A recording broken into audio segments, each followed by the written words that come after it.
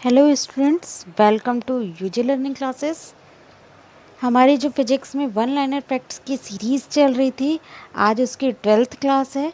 तो आइए अब हम अपने क्वेश्चन स्टार्ट करते हैं। और यदि आपने इसके पहले की वीडियोस ना देखी हो तो आप चैनल की प्लेलिस्ट पे भी देख सकते हैं और लिंक डिस्क्रिप्शन में भी दी हुई है। आइए अब हम अपनी क्वेश्चन स्टार्ट करते हैं। तो हमारा फर्स्ट क्वेश्चन है, डेसिबल किसे मापने के लिए प्रयोग किया जाता है। तो डेसिबल, जैसे कि हमें पता है, ये क्या है, ध्वनि को मापने की इकाई होती है। तो जो मानव कान की जो क्षमता होती है, उसको के सुनने की जो क्षमता होती है, उसको हम किस यूनिट में मेज़र करते हैं, तो डेसिबल में करते हैं।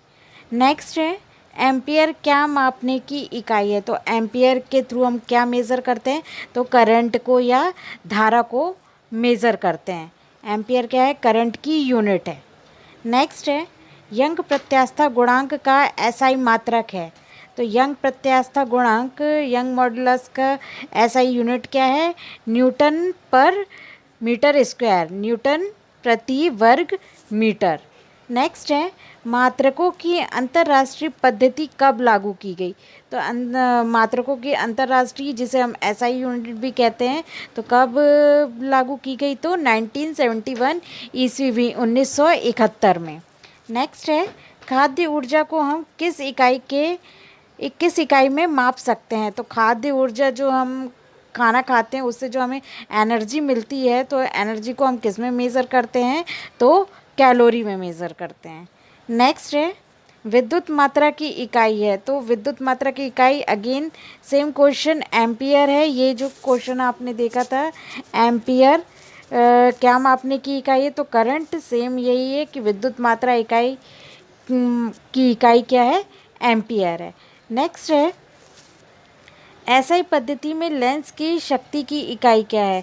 तो लेंस की जो शक्ति होती है, तो उसे हम किस में मेज़र करते हैं, डायोप्टर में मेज़र करते हैं। नेक्स्ट है, कंडेला मात्रक है। तो कंडेला किसका है, तो ज्योति तीव्रता का है। नेक्स्ट है, जूल इकाई है। तो जूल किसकी इकाई है, एनर्जी की या ऊर्जा की इकाई है। नेक्स्ट है, ल्यूमेन किसका मात्रक है। तो ल्यूमेन किसका मात्रक है, ज्योति फ्लक्स का।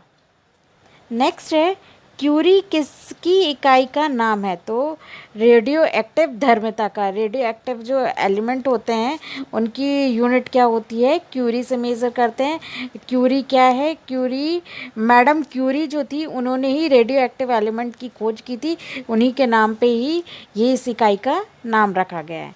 नेक्स्ट है, दाब का मात्रक है। तो दाब का मात्रक क्या है, पास्कल है। नेक्स्ट है, कार्य का मात्रक है। तो कार्य का मात्रक या कार्य की यूनिट क्या है, जूल है।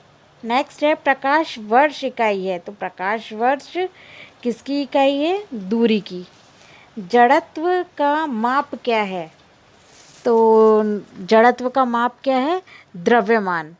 नेक्स्ट है, एंगस्ट्रॉम क्या मापता है। एंगस्ट्रॉम के द्वारा क्या मेज़र किया जाता है, तो वेवलेंथ मेज़र की जाती है। और वेवलेंथ क्या होती है, तो जब हम कोई वेव ड्रॉ करते हैं, तो जो पीक पॉइंट होता है वेव का, distance between two peak point, this is called wavelength.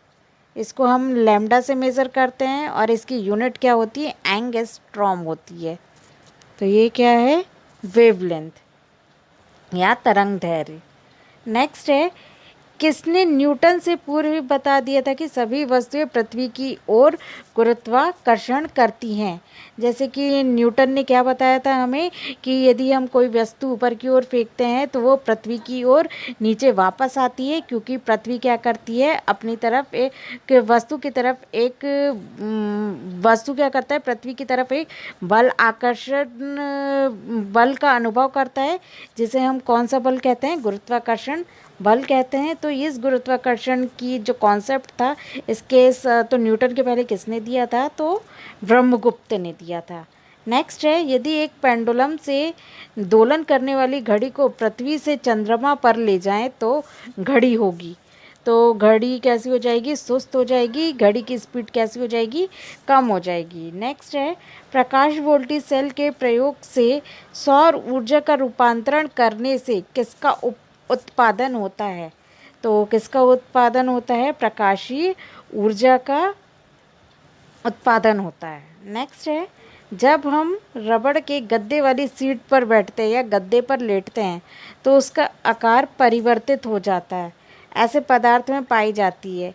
तो ये आपने भी फील किया होगा कि जब भी हम रबड़ वाली सीट पे बैठते हैं तो शेप चेंज हो जाता है। तो क्यों चेंज हो जाता है? तो उस सीट पे क्या आ जाती है? पोटेंशियल एनर्जी आ जाती है, जिसके कारण क्या हो जाता है? शेप चेंज हो जाता है स्थितिज ऊर्जा के कारण। नेक्स्ट है, उत्प्लावकता से संबंधित वैज्ञानिक है या फिर उत्प्लावकता का सिद्धांत या कॉन्सेप्ट किसने दिया था? तो आर्किमिडीज ने दिया। तो और आर्किमिडीज कहाँ के वैज्ञानिक है? तो ये यूनान के या ग्रीस के वैज्ञानिक है।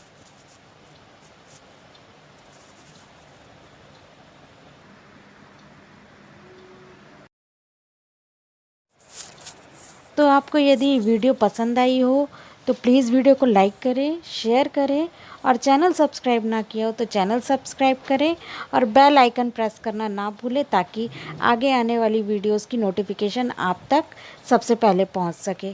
Thank you for watching.